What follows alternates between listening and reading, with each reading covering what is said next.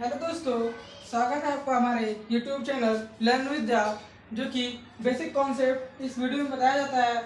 और ये हमारा आज का वीडियो है कि वेग व्यंजक किसे कहते हैं। क्लास 12th का टॉपिक है, केमिस्ट्री सब्जेक्ट से लिया गया है और हर बार एग्जाम में पूछे जाने वाला प्रश्न है। इस पर डेरिवेशन भी है, छोटा सा डेरिवेशन है जो कि बिल्कुल आप समझ जाओगे बहुत ही आसानी भाषा से। ज़्यादा कॉन्सेप्टुअल नहीं है, क्योंकि ऐसा कॉन्सेप्ट बताऊंगा कभी ना भूल पाओ, ठीक है ना। तो हमारा वीडियो है आज का वेग व्यंजक। तो चलिए इस टॉपिक को शुरू करते हैं कि आखिर यह है क्या, इसका क्या मतलब होता है, हमारे दैनिक जीवन में क्या उपयोग है, ठीक है ना। रियलिटी से समझा जाएगा, कॉन्सेप्ट से, रटना नहीं है। तो शुरू होता है हमारा वीडियो। वेग वेग व्यंजक। वेग व्यंजक क्या होता है, ठीक है ना। वह व्यंजक जिसमें रासायनिक अभिक्रिया के वेग को अभिकारक के घातांकों के रूप में लिखते हैं, वेग व्यंजक कहलाता है। क्या समझे?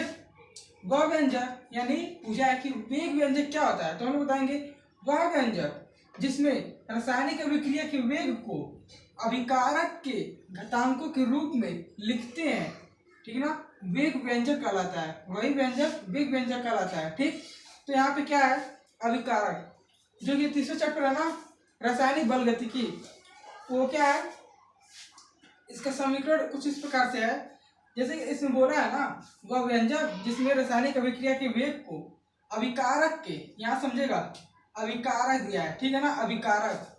जैसे कि हम बोल रहे कि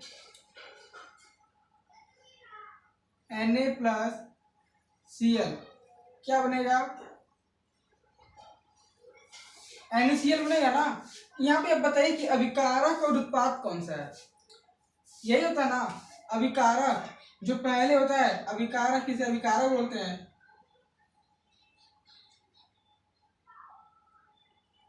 और इसे उत्पाद।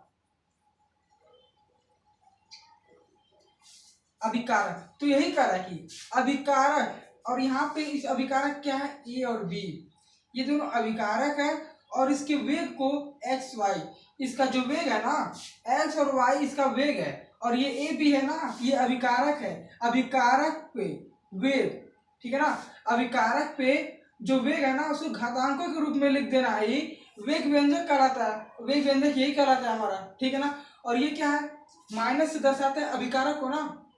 पढ़े होंगे रासायनिक बल गति में, अभिकारक को माइनस के साथ और उत्पाद को धन चिन्ह के साथ, क्योंकि जब अभिक्रिया होता है ना, जब अभिक्रिया होगा तो अभिकारक की मात्रा घटेगी और उत्पाद की मात्रा बढ़ेगी। तो इसीलिए अभिकारक घट रहा है जिसको माइनस के साथ लेंगे, और उत्पाद बढ़ रहा है जिसको प्लस के साथ लेंगे, ठीक है ना। तो यही दर्शा रहा है कि अभिकारक, ठीक है ना, ये माइनस है, अभिकारक अब माइनस है, ठीक है ना, माइनस है तो अभिकारक हो गया। और अभिकारक में है क्या, ए और बी।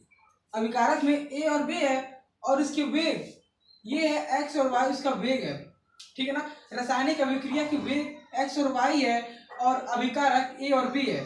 तो अभिकारक पे ही रासायनिक अभिक्रिया घातांकों को ही वेग व्यंजक कहते हैं। बस यही हमारा टॉपिक है, ठीक है ना। बस इसी को समझना था कि वेग व्यंजक होता क्या है। आप लोग फिर से समझेंगे, कॉन्सेप्ट से समझेंगे, ठीक है ना।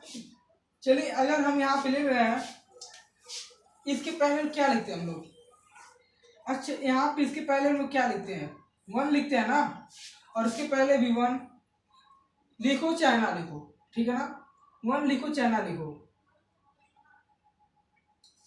इसी को, इसको वेग मानो, ठीक है ना। इसको हम लोग घातक लेके चले जाएंगे, ठीक है ना। जो भी यहाँ पे नंबर हो उसको घातक लेके चले जाएंगे, ठीक है ना।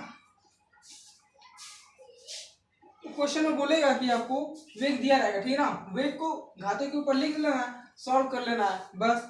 और जो अगली वीडियो होगा इस पे न्यूमेरिकल भी होगा, ठीक है ना, इसी के साथ न्यूमेरिकल होगा, जो कि अच्छे से आप समझ पाओ।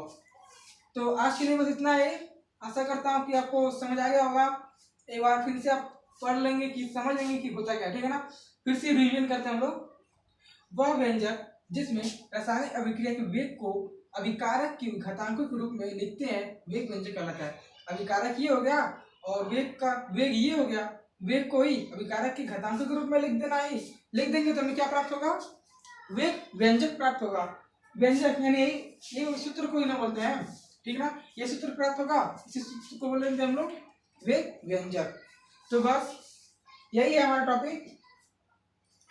और अगर यदि आपको समझ आया हो तो प्लीज़ सब्सक्राइब लाइक कर देंगे और कमेंट कर देंगे, और अगला टॉपिक जिस भी आपको चाहिए कमेंट बॉक्स में लिख देंगे, तो मैं उस वीडियो का उस टॉपिक को ऐसा बताऊंगा कि आपको कॉन्सेप्ट क्लियर हो जाए, ठीक है ना। तो आज के लिए बस इतना ही। चैनल को सब्सक्राइब जरूर कर देना।